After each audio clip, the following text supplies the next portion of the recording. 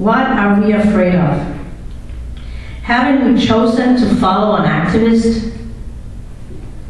He did not do it by playing by the rules or obeying the enslaving rules, being silent, making himself comfortable, keeping the status quo, keeping people out. The pages of the gospel are filled with examples of an activist Christ, a Christ that called all, and not just a few, to a new way of being.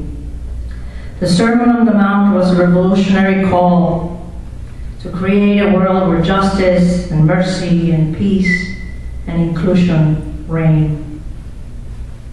Going too far? We have not gone far enough. We have not rocked the boat enough.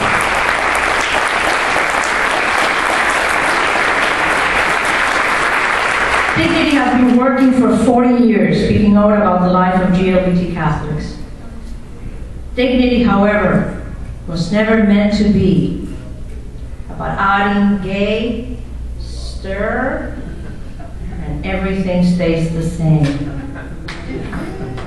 Once we stood up as GLBT people of faith and challenged the hierarchical church on that issue, there was no turning back. Justice could not end in the comfortable place where we found ourselves once we created a safe haven for GLBT Catholics. Not that that is not important, it continues to be important until today, but it is no longer enough. Our work does not stop because we now have safe places for us to go for liturgy. In the past few years, we have come as a Dignity community to believe and embrace the truth that none of us is free until all of us are free. Our work is about ensuring that GLBT people can get married, that soldiers can serve our country being open about who they are, that GLBT parents can adopt and raise children, that transgender people's rights are protected. As we proclaim the truth of our lives by every means necessary, we change the life for GLBT people. We create that just world that the Gospels call us to build. But if we stop there, we would be betraying our call. Dignity has to stand with divorced Catholics, with women who are called to priesthood, with married priests, with heterosexual married women who use birth control, with those who have been damaged and abused by pedophile priests, with all who sit at the table of Jesus without leaving a part of who they are at the door.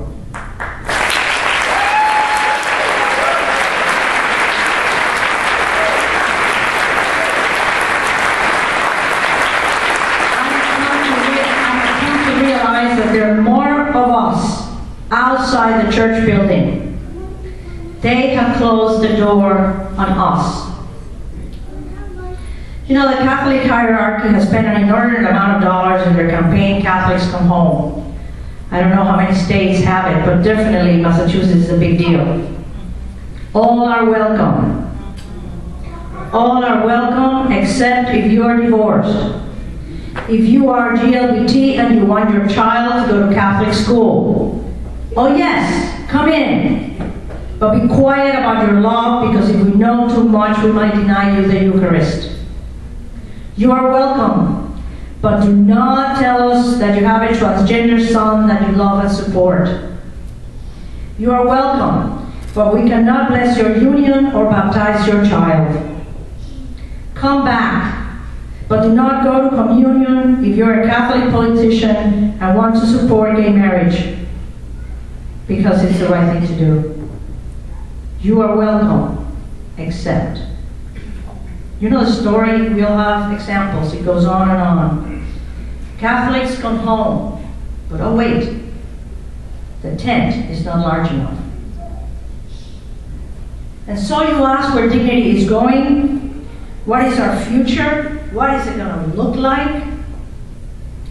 Dignity has come to understand that all people of faith have to stand together. And that is why we have come to strengthen our relationships with our allied organizations and individuals, building coalitions everywhere with all who want to build a just church. A church where we are not judged by the rules and dogmas we follow, but by the faith in our hearts and by how we live the gospel. Imagine for a moment if all of us who are being kept outside the building of the church linked our arms together, not one after another, but like this, much like they did in the civil rights marches of the 60s. We could open every church door and claim our place as people of faith, empowered by the right granted by baptism and filled with the fire of the Holy Spirit.